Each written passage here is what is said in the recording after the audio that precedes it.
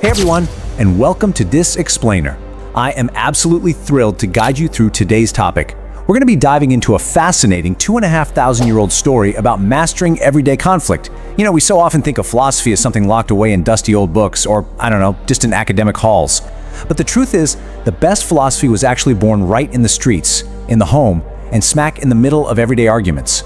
Today we're looking at a legendary historical figure who proved that true wisdom really isn't just about what you know, it's about exactly how you react when the pressure is turned way up. But before we jump into the history, I want you to just genuinely reflect for a second. How do you handle intense anger? Like when tensions rise, when someone is just relentlessly shouting at you, or when a situation at home becomes super quarrelsome and stressful, what's your default reaction? Do you snap back? Do you yell? Maybe you just storm off. Hold on to that thought, because the story we're about to unpack provides an absolute masterclass in handling exactly this kind of intense, fiery situation. Section 1. The Wandering Philosopher. So picture this.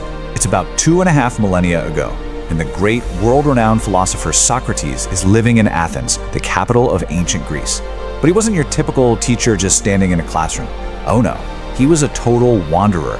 He spent his days out in the bustling streets, the markets, and the public squares of Athens, just walking right up to everyday people and hitting them with these incredibly profound questions. Things like, what is justice? How is a just society even possible? Who are you? Who am I? What is the actual meaning of this life? By drawing people into these deep discussions, he was really trying to help them understand what a good life actually looks like and how incredibly important it is to be an honest person. He was a man absolutely obsessed with the truth. Now, here's where it gets kind of funny, because there's this stark contrast between his two lives. On the one hand, you've got his lofty public life, seeking justice, elevating the minds of his fellow citizens, trying to build a better society.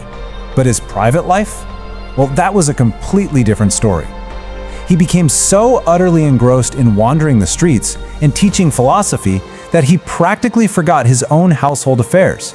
Doing the market shopping properly? Managing household chores, taking care of his wife, he completely neglected all of it.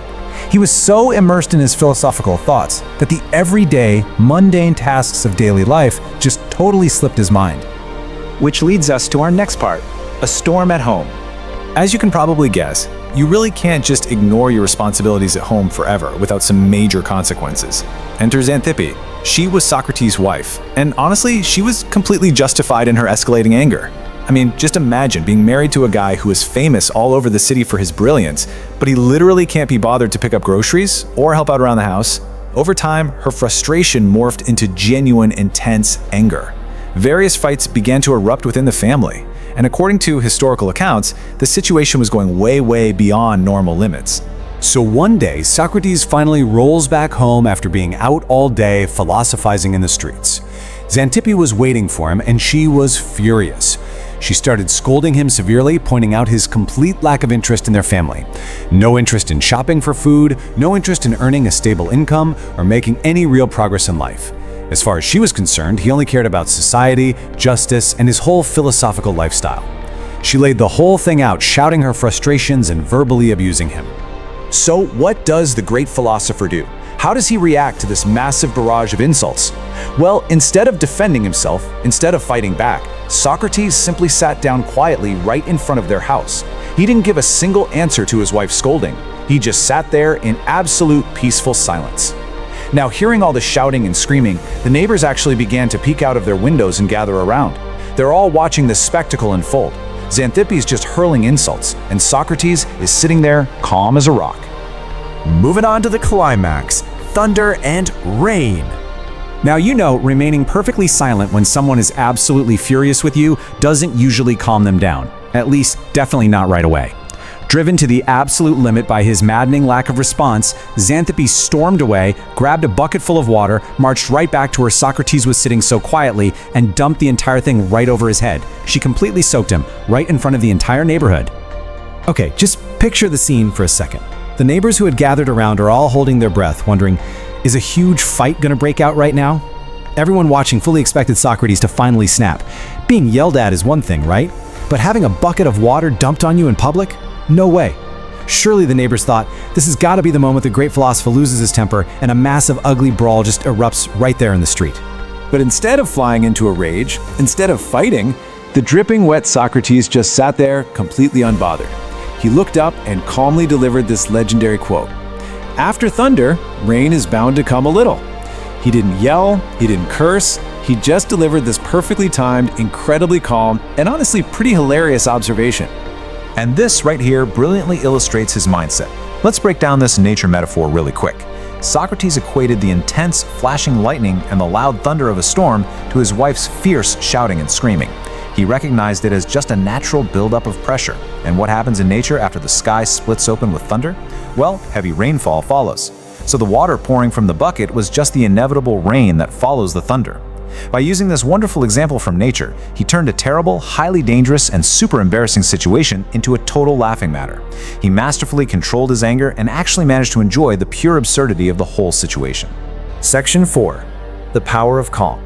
So why are we still talking about this 2.5 millennia later? Because hidden inside this funny little anecdote is absolutely the strongest point of philosophy. Philosophy isn't just about asking abstract questions about the universe, it is fundamentally a practice that teaches a person how to control oneself. It's all about learning how to deal calmly with any situation, whether it's a restless situation, a quarrelsome situation, or even a dangerous one, by keeping your own internal state totally peaceful. Socrates had a choice here. Option 1, he absolutely could have fought back. He could have yelled, defended his ego, and escalated the argument into a massive neighborhood spectacle. But he consciously chose option 2, dealing with it calmly. Found self-mastery is exactly why he leaves an enduring legacy of 2,500 years. Think about it.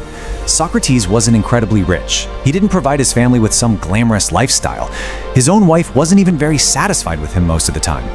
Yet after thousands of years have passed, the whole world still remembers him. He's never forgotten, and it's not just because of the questions he asked, but because of his masterful control over his own mind and emotions. Which brings us to the ultimate summary of his enduring philosophy, captured in these 5 incredibly powerful words. Know yourself, control yourself. This wasn't just a catchy phrase for Socrates, you know? It was a lived practice. And it's a philosophy that seems to just keep inspiring millions of people across the ages, teaching us all the ultimate lesson on how to lead a peaceful, stable life in a completely unpredictable world. So I want to leave you with this final thought today. The next time thunder strikes in your life, the next time someone yells at you or stress boils over at work or at home, how are you going to handle the rain? Are you going to escalate the storm, or will you channel the stoic calm of Socrates, master your anger, and find your own peace right in the middle of the downpour? Thank you so much for joining me in this explainer. Keep learning, keep reflecting, and I'll catch you next time.